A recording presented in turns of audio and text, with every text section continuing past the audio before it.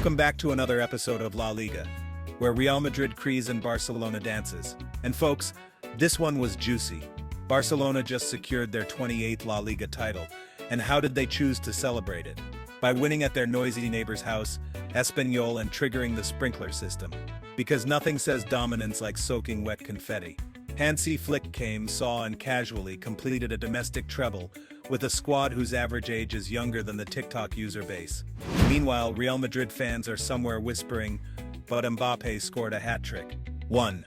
The title clincher. Wet, wild, and wonderfully petty.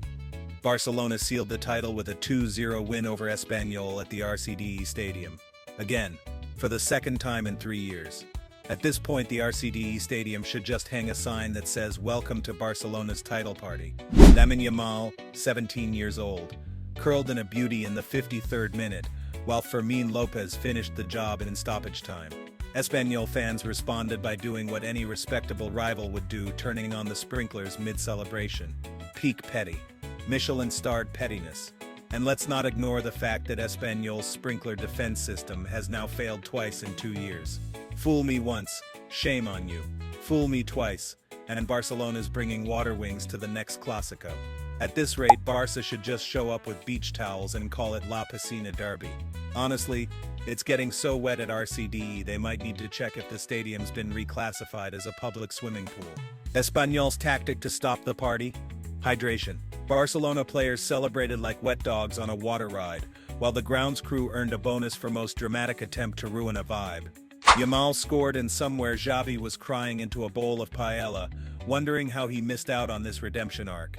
Imagine working all year, winning the league, then getting chased off the pitch by rogue plumbing. Fermin's stoppage time goal was less of a clincher, and more of a get the towels, it's happening again moment for Espanyol. Barcelona fans were so loud the only thing louder was the sound of Espanyol's pride evaporating. 2. Hansi Flick. From Bundesliga boss to Catalan messiah, Hansi Flick took over after a trophyless 2023-2024 and said, "What if we win everything?" and then actually did it.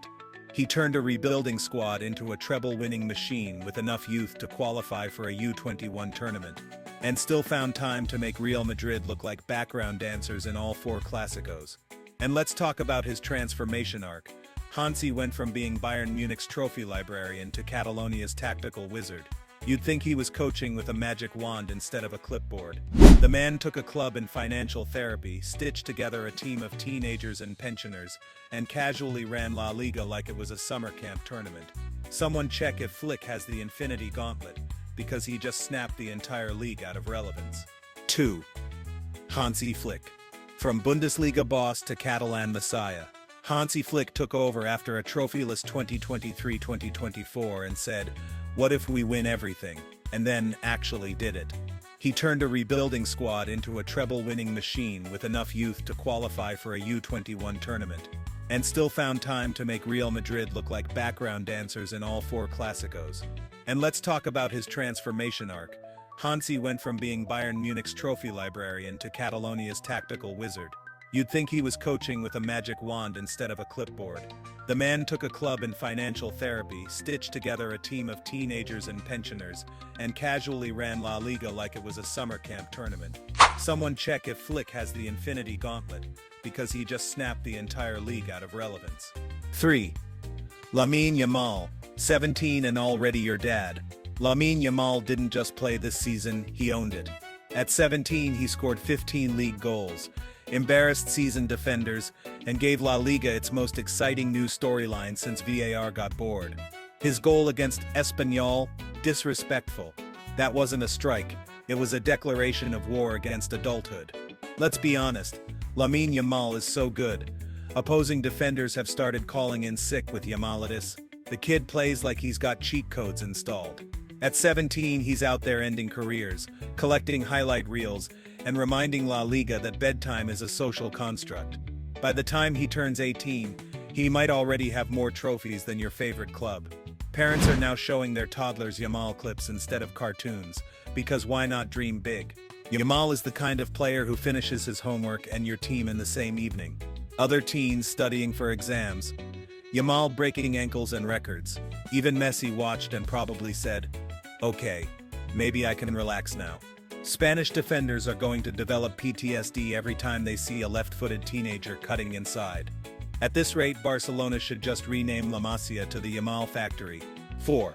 Real Madrid. 4 Clásicos. 4 Ls. Infinite copium. Madrid fans started the season with big dreams and an even bigger transfer budget. What they didn't plan for. Losing every single Clásico like it was a sponsored charity event. Even when Mbappé scored a hat-trick, Barcelona just shrugged and dropped 4 in return. That's not football, it's psychological warfare. At this point, El Clásico isn't a rivalry, it's group therapy for Madrid fans. 4 Ls in one season? That's not a record, that's a lifestyle.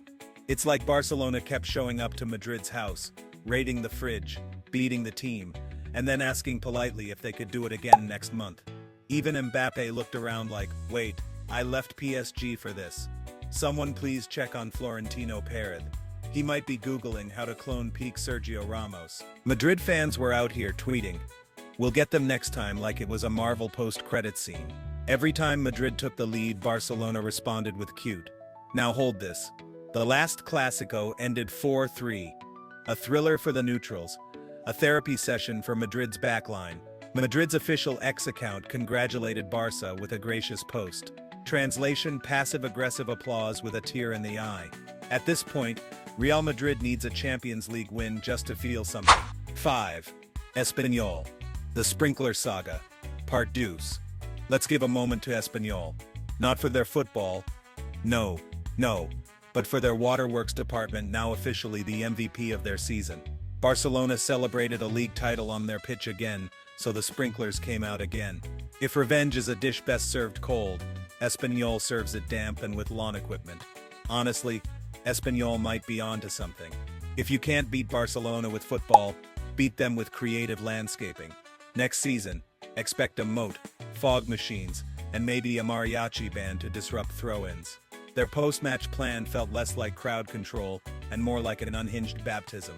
Somewhere in the background, a club executive was probably yelling, "Deploy the Ducks," because that's how off-script it all went. At this point, Espanyol isn't a football club, it's performance art. The sprinklers didn't stop anything. Barcelona players were sliding, dancing, and basically inventing water polo on the pitch. Espanyol's grounds crew deserves a raise from Barcelona. One fan called it brilliant pettiness. Another called it the only thing we actually won this season. It's giving, if we can't be happy, no one can. Someone check if those sprinklers are listed in La Liga's anti-doping policy, because they were working overtime. 6. The stats. Barcelona's numbers are rude. Let's talk about the math. 97 goals in 36 games. 68.7% possession average. 29 wins. Only 28 goals conceded, and not a single loss in 2025. These numbers should be illegal in 5 countries. It's like Flick turned La Liga into a football science experiment, and everyone else was playing catch-up with crayons. These stats aren't just rude, they're criminal. If this were a FIFA game, someone would have rage quit by Christmas. Barcelona had so much possession, other teams started filing missing ball reports. Opponents were basically spectators with a better view. At one point it felt like La Liga should have just handed them the ball and said, "You do it, you're better at this." Honestly, if domination were a crime, Hansi Flick would be serving back-to-back life sentences. They averaged 12.4 high turnovers per game. Translation: even when you had the ball, you didn't. Barcelona was basically playing Monopoly and buying every property while Madrid landed on go to jail. Even their expected goals, XG, was 92.4. At that point, even expected goals got tired of trying to keep up. Opponents didn't park the bus. They abandoned the keys and called Uber. 7. The celebration tour, parade, party, and possibly a drought. Barça fans took to the streets on May 16th. There was a parade, there were flags, there was confetti, and probably a few leftover Espanyol sprinklers for effect. The final celebration happens at the Estadio Olympic on May 18th. Expect speeches, fireworks, and possibly Lamine Yamal walking on water. Reports say the victory parade nearly caused a traffic meltdown in Barcelona, and honestly, who needs traffic laws when you've just completed a treble? Fans were hanging off balconies, players were doing TikTok dances on buses, and somewhere in the chaos, A confused tourist probably thought they'd wandered into Carnival. The only thing missing was Hansi Flick crowd surfing with the trophy while Yamal signed autographs mid-wheelie on a scooter. If there's a drought now, blame the champagne. Laporta called it a historic title.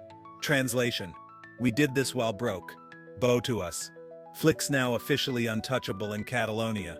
Expect a street named after him by June. Lewandowski said he's staying. Even the ghost of Camp Nou probably whispered, "We back, baby." The only thing louder than the celebrations were Madrid fans muting every FC Barcelona account. 8. The Champions League tease. The one that got away. Barça fans would be flying even higher if it weren't for Inter Milan and that pesky Champions League semi-final. But hey, you win 3 out of 4, that's still a group project A. Next season, they're coming for Europe, and Real Madrid? Maybe start scouting water-resistant defenders. Sure, Inter Milan sent them packing in the semis, but even that loss felt like a dramatic cliffhanger, like the end of season 1 in a show you know is coming back stronger. Barcelona didn't crash out. They paused for suspense.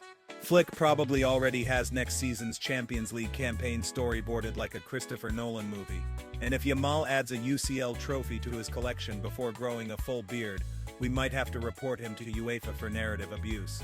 Barca's new goal: Champions League or bust.